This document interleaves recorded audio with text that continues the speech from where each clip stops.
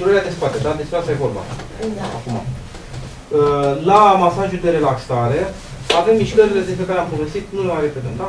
Letezit, frământări, fricțiuni, tapotament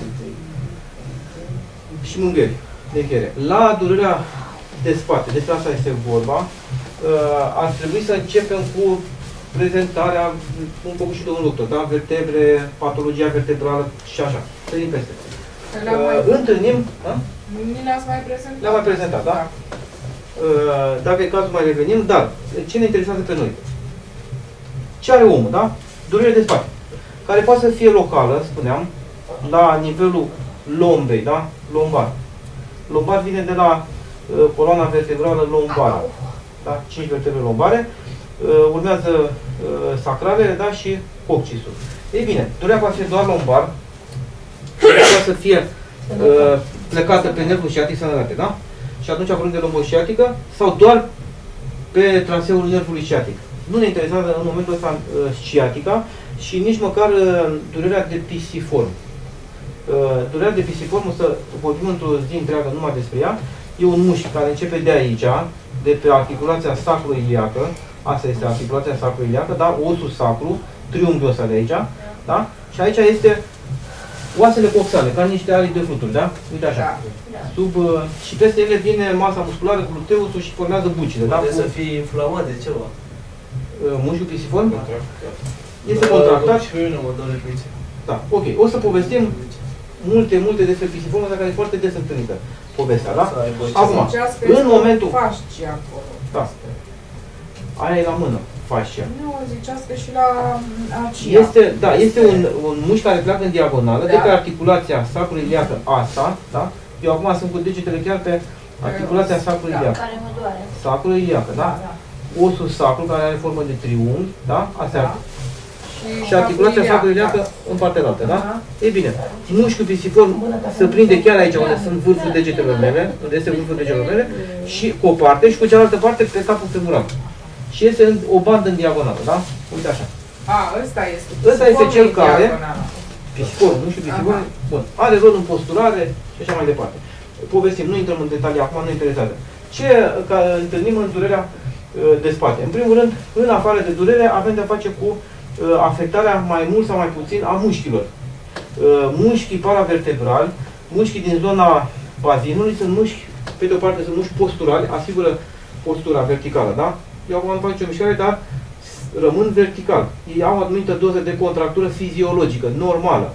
Mă ține drept, da? Altfel, dacă i s-ar relaxa complet, m-aș prăbuși, da? Da. La pământ. Bun, mușchi posturali, tonus muscular, contractură fiziologică. E bine, datorită, ridicăm greutăți, datorită, conflictul radicular în discopatie, hernia de disc, datorită, inflamații doar a mușchilor.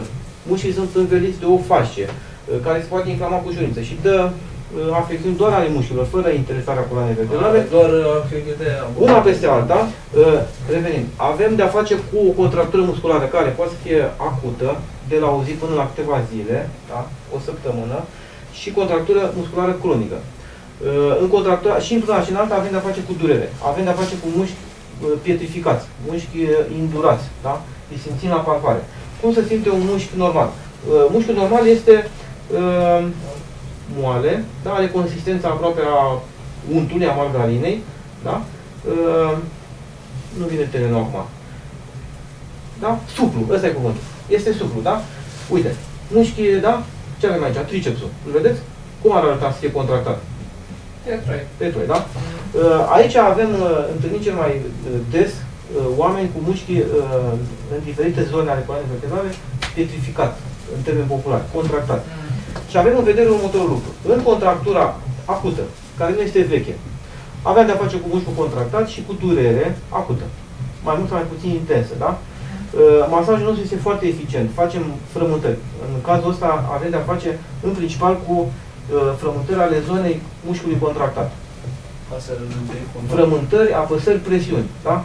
Cu o mână sau cu amândouă mâinile. Simultan sau alternativ. Lucrăm acum.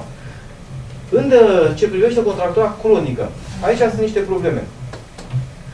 Facem frământări și frământăm, da?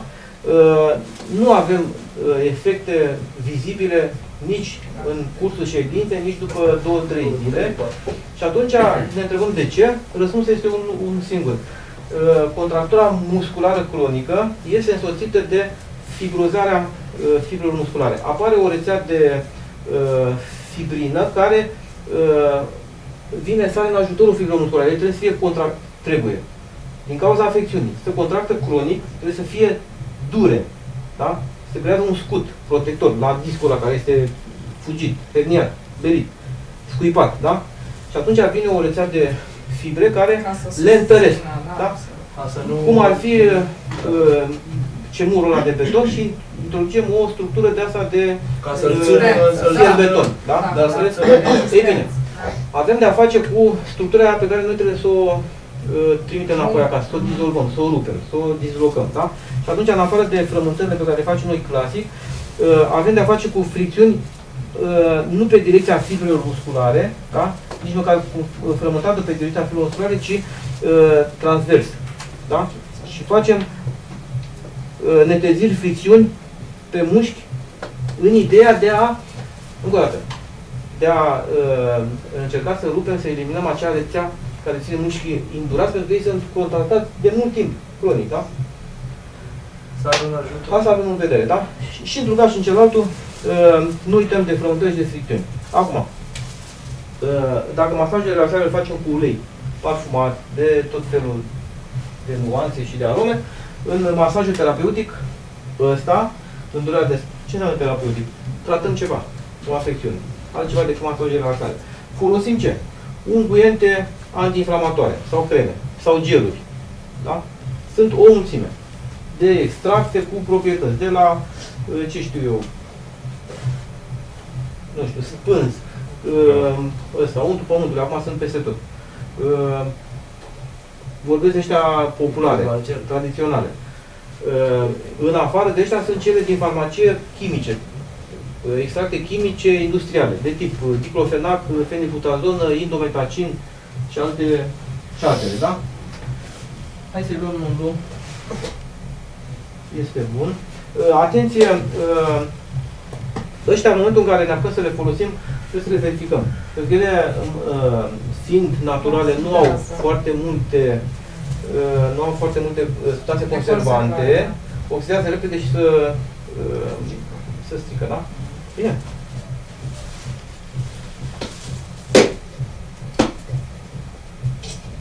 Să aveți grijă că uite și mi-a făcut la lucru când vine am tăiat. Exact așa cum ați băgat degetul. Tăiat în dungă. Da. Și o mint pe dungă, știi? Tabachera anatomică, da? Așa. E o țără rece. Aia te încălzește? Nu. Aia care se încălzește se cheamă că e revulsivă. Arde, conține niște substanțe puternic vasodilatatoare și iritante, de tip saicină, da. Revulsim e bun? E bun, da. Nu, e de la de altă. Nu-i care arde aici. Nu. Și asta ce le fie ea? Ce cremă ea? Este cu untul pământului. Untul pământului? Da. Dar ce de altă? Nu, untul pământului stare natural arde, într-adevăr. Acolo, v-am arătat. Înseamnă că este bun. Doamne, să dea Dumnezeu sănătate, să ai mâini aurite, să faci mai bani. Mai bani să faci. Cu sacul. Am întins, da? Avem acum toate spatele la dispoziția muncii noastre care alunecă fără probleme, da? Și începem încet să ne lăsăm pe mâini. În timp ce mâinile noastre se plimbă pe spatele Cristinei, încercăm să simțim la nivelul degetului și podului palmei unde sunt mușchii mai contractați, da? Citim spatele, citim textura mușchilor, da? Ca de ce? Ca să știm unde să insistăm mai mult, unde să ne focusăm efortul și atenția, da? Uite, asta e zona la Cristina contractată, da? Aici și aici. Se simte la palpare. Mai mult pe partea asta. Mulțumesc să trăiești, ai mâinile. Nu, dar este un fapt de să Stau pe piciorul stângit, la se duci. A, da, la să zici, da. Da, stau pe partea stângă. Da, da, se vede că este... Neteziri cu presiune, da? Ca și era moarte, așa era moarte. Ăsta e un tip de apăsări, da? Cu toată palma cu degetele lipite. Vrem să sporim gradul de apăsare, Să-l mă puniști. ridicăm degetele și lăsăm pe podul palmei, da? Auziși? Ia, Să mă puniști. bagă la pernele tu. Da, am stat la scaun, da. Bagi pernele în priză. Mă rog. Vezi, îți au niște Să le butoane. pui la doi.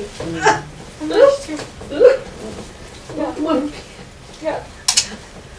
O să trebuie să faci o grămadă de bani, auziși? La 2 sau la 3? La 2. La 3 iau foc. Îi de mine, parcă mă înțucălai. Unde e simplin? Parcă mi-e bine acum. Vezi, parcă în cucălăi. Ziua, parcă mi-e bine acum.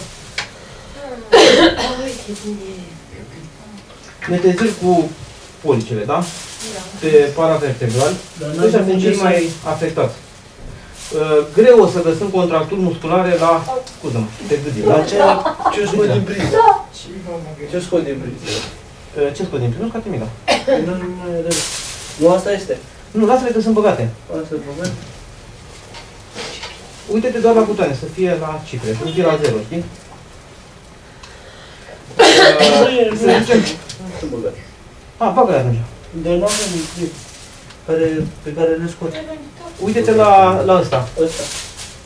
ăsta de acolo, scoate doar că e oricum nefuncțional acum. Da, unul și unul. Deci, fiți copăcelul mare, da? Cu toată palma. Are o anumită presiune, un anumit grad de implicare, să zicem, da? Pe mușchii contractați ne ducem mai degrabă cu degetele mari, da? Concentrăm mai mult efort, mai multă presiune, mai multă forță pe police. Încă o dată, spuneam, pleacă greutatea de aici, de sub buric, corpul, se transmite prin mâini, mâinile obligatorii ușor îndoite, da? Nici nu facem masaj așa, da? Mâinile ușor îndoite și forța se concentrează pe vârful policelui și atunci o să avem o forță mare de acțiune pe mușchiul, mai mult decât pe toate degetele, unde să dispersarea și presiunea mai mică, da? Ne-am înțeles? Și uite așa cu degetele mari, acționăm mai intens, cu forță mai mare. Unde? Pe mușchii contractați. Și luăm așa, uite așa, la lucruri din aproape în aproape. Din aproape în aproape.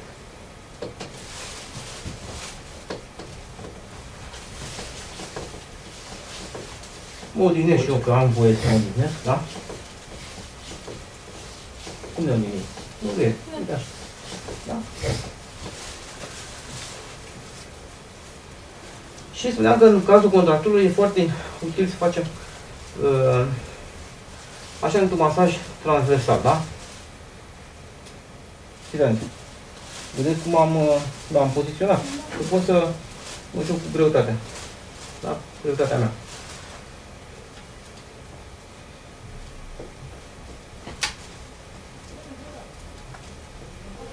Când facem masajul ăsta transversal, da? Deci fibrele musculare sunt așa.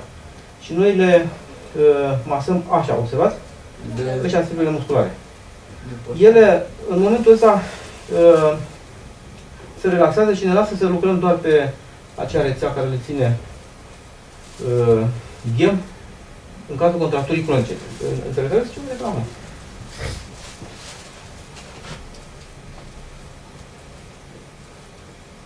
De unde pleacă mișcarea? Imediat de lângă vertebre. Vedeți? Degetele mele acum sunt exact în spațiu intervertebral, spațiu intervertebral, spațiu intervertebral. Am localizat vertebrele și plec cu restul pe mușchi. Dreapta e mai inteligentă decât stânga, da? Simte mai bine. Și atunci ea se poziționează între vertebre. Caută, palpează, e între vertebre. Aici sunt apofizele. Da? De ce între vertebre? Pentru că pleacă nervul de acolo. Nerv. Și îl stimulăm și pe el. Și în același timp relaxăm mușchii și ne ocupăm de rețeaua aia de care fibrozează mușchiul. Asta ar fi o situație. Mai avem o situație pe care o să o întâlnim de multe ori, oameni care au fost și s-au operat. Acum nu ai probleme la spate, te duci și te taie. Și vedem că au o cicatrice aici, da? În zona asta. Cam atâta de mică sau mai mare, depinde câte vertebre au fost fiuretate, da? Și atunci, mișcările astea pe care le văzureți, nu le mai facem. Da? Mai ales dacă operația e mai veche de, să zicem, 6 luni. Nu mai avem treabă, da? Ne jucăm pe spate ca și cum ar fi omul normal. În toate când operația este proastă, să zicem de 2 săptămâni, cu 2 săptămâni la scos firele, facem masaj de o lună, da? Dacă trage în ea, riscăm să o desfacem. Pentru că au fost puse fire acolo, mușchii s-au cicatrizat, dar există posibilitatea să îi rupem ușor. Și atunci, în rost să-i căscăm aici o plagă și să meargă din nou să-l coase, ne știu o lume întreagă, masajul va fi, fiți atent, în jurul cicatricei, facem fricțiuni scurte, întâi la distanță, în jurul cicatricei, da? Și după aia din ce în ce mai aproape. Care este rostul acestui masaj? Deci, ce înseamnă cicatrice, în primul rând? Avem de-a face cu țesut normal, care a fost tăiat, a fost traumatizat. A fost despicat. Celulele au fost rupte, țesutul, după care a fost legat cu fire. A apărut un țesut de reparație care este similar cu țesutul la fibros. Da? Ați văzut că o cicatrice este mult mai dură, groasă, indurată, față de pielea normală, pielea sănătoasă. Da? Așa e orice cicatrice. Rolul masajului este de a reduce țesutul la fibros, care ține pielea indurată, groasă, da? Nefuncțională, și să o aduce să transforme cât mai repede în piele normală. Adică la să rezoarbă și pielea să-și recape de ce? Elasticitate, da? Tonusul de piele normală și nu tare. În același timp să-și revină, țesutul cicatricial de regulă este lipsit de nervi, sunt tăiați. E amorțită zona, da? Nu simte nimic. Da? Aici unde e cicatricea. Și atunci masajul nostru ce rost are, da? Facem masaj în jurul cicatricei către, da? Către coloana vertebrală, nu așa, da? Către coloana vertebrală, din aproape în aproape, uite așa, cu vârful degetului ca la anticelulitii, ne-am înțeles? După aia, și mai aproape, și mai, ne imaginăm că aici e o cicatrice, da? Și mai aproape, și mai aproape, eu fac repede, nu ne grăbim. Masăm cicatricea, da? Aducem mult sânge, dislocăm rețeaua aia fibroasă, grăbim nu cicatrizarea, că este deja cicatrizată, ci refacerea, virarea spre piele normală. Ne-am înțeles? Asta este ideea. Și valabil la orice cicatrice. Nu numai la cicatricea. Avem de-a face cu tăituri, după accidente, oameni care sunt tăiați și au cicatrici mari, urâte. Deci și le masăm, da, din aproape în aproape, în ideea de a să reface suplețea pielii, elasticitatea pielii. Gândiți-vă că avem o cicatrice aici. Am avut o situație de genul ăsta, da? Un copil care a avut o problemă la nivelul mâinii, care a prins și plica, și el, săracul, nu mai putea să-și mai îndrepte mâna. Țesutul cicatricial s-a făcut o rețea foarte dură care i-a retras mâna, cu țesut retractil, așa se cheamă. Și băiatul nu mai putea să își îndrepte mâna decât atât. Nu așa. Bine, el a făcut după aia operații succesive de grefă de piele și așa, dar masajul este util pentru a grăbi ca țesutul ăla dur, fibros, să dispară, să retragă și pielea să-și recapete proprietățile de piele normală, da? Elasticitate, tonus și așa mai departe, da? Asta ar fi cu cicatricea, bine? Deci, ăștia sunt mișcările. Frământatul. Aici avem povestea noastră cu mâna.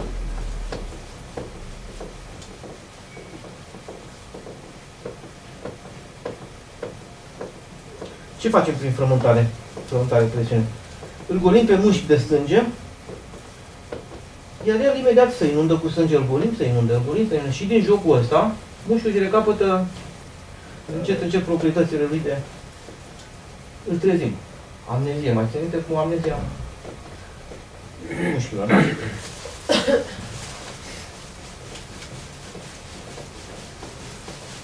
Masaj al. Eu masez doar zona asta care mai îndurată, da?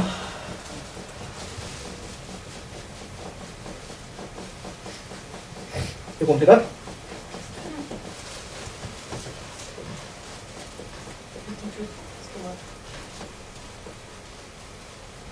Cred că nu vă arăt nu știu ce mari tehnici super complicate și Eficient de aia. putem să facem și cu și ne ducem, da? Și ne întoarcem și facem Mai multe și inventăm. videoclipuri foarte spectaculoase, da? Până Nu asta ne e ideea. învățăm noi Ideea este să, nu, ideea este să știi ce faceți. Ce, înțelegeți ce vă zic acum? Care e ideea? Mușchiul stresat, vine să facă masaj de relaxare.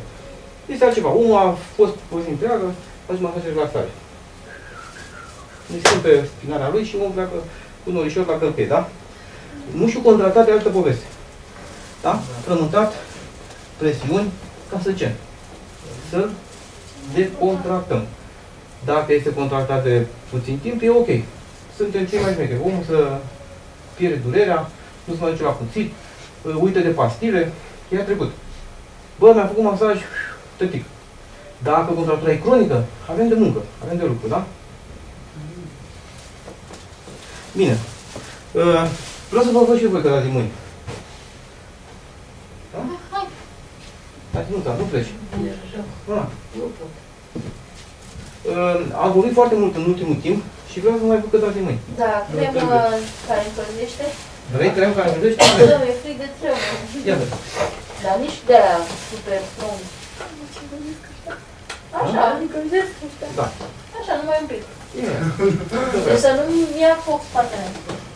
Adică vă duce nici apă. Mai de care e? Dar eu Și liger. Așa. Și Aoleu, liger? dai cu ardei. De 102. De ardei, pardon. Ardei. De ardei. Ideea mea.